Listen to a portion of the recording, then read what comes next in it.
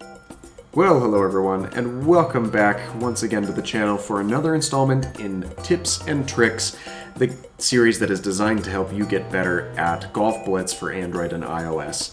As you can see, today we have the next tour in our sequence uploaded and ready to go, and that of course is the Gooey Land tour. Once again, I don't have any tips from last week's video, but if you do have any comments on what was reviewed today, be sure to leave them in the comments down below and we will revisit those at a later date. But Gooey Land is on the docket for today, so let's go ahead and jump into that. If you enjoyed today's video, make sure that you leave a like on it and don't forget to subscribe for that daily variety content. Without further ado, here we go. So first up, we have a hole which I can only refer to as the horseshoe. Now there's a couple of different strategies that one can go with here. One involves the use of the super ball. If you have it and if it's upgraded a decent amount, you can sometimes get a nice shot off like that.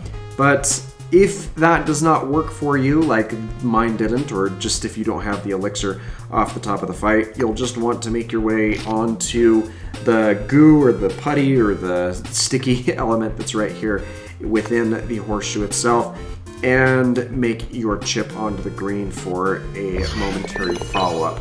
Of course, there is the fine possibility of you being able to get up to that green with your super ball if you don't mess it up like I did, and that will get you there a lot quicker. It's not always worth waiting around for if you have a lower elixir threshold.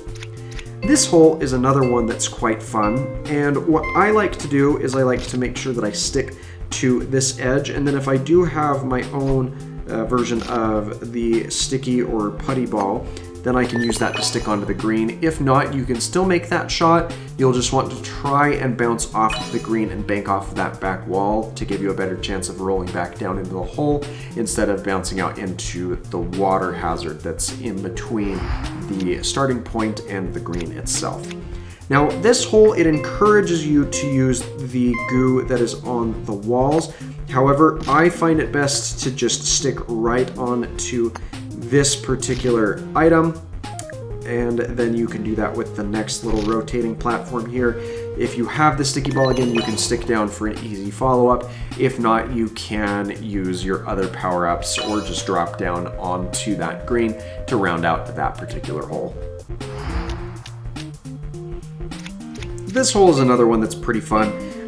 It has the intended trajectory of you latching onto that little square as it rolls around, but you can shoot past it and get onto the larger square, which is hovering directly over the green for a later direct follow-up. Again, as always, if you do have that sticky ball, you can use that to your advantage, or another thing that might be worth doing is banking off of that sloped section and rolling back down towards the hole, provided you don't get sabotaged.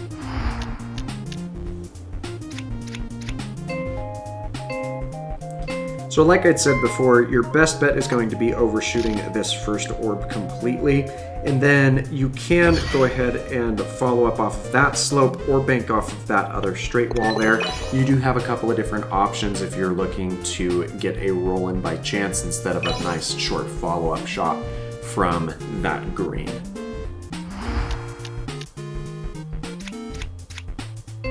So this hole is quite a bit of fun. Of course, the course makes you think that you need to come up here for your first shot, but you can very easily just roll around to the bottom portion of the next little circuit and bypass that shot altogether. As a matter of fact, that's the highly advisable thing to do there. And then you can get onto this wall and get a nice little follow-up off of there. You will want to watch out for people who will potentially sabotage you out of that shot by trying to knock you down off of that left-hand wall, but they're not that difficult to deal with, all things considered. This hole is a lot of fun, and it can be kind of tricky or challenging. Basically what you'll want to do is you'll want to make your way over onto this wall. I suggest then taking a straight shot down to this lower portion of the track before getting your follow-ups onto this portion of the course. Now, this is the section that is the most prone to being sabotaged because of those water hazards that are there. But if you plan your shots correctly, you can make your way through that course fairly easily and a lot faster than some of your opponents will.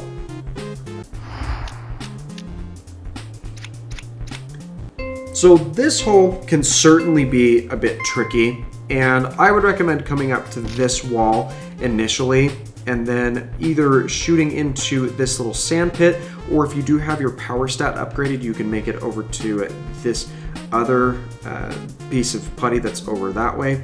Or if you use a much more powerful ball, you can end up making your way over to this section, bypassing that secondary element altogether, which is not a bad plan, all things considered, especially as an early game player.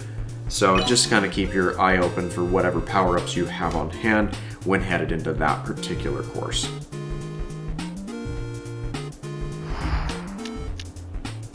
Now this one is one of my favorites, and a lot of people will adopt varying strategies to this. I personally recommend using this route, especially if you have a ball like the sniper or the sticky ball, because it will allow you a nice clean follow-up to that. The alternative method is chipping into the putty or the sticky portion that's on the inner part of that ring and then being brought up directly to the aftermath there. The trouble with that is you do have a little bit of a disadvantage against the players that take the route that I demonstrated just now.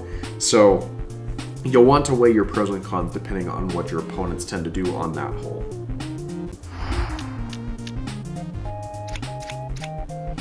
So to demo the other route here that you can take, you wait for this section to roll away and then you make a shot onto this lower area.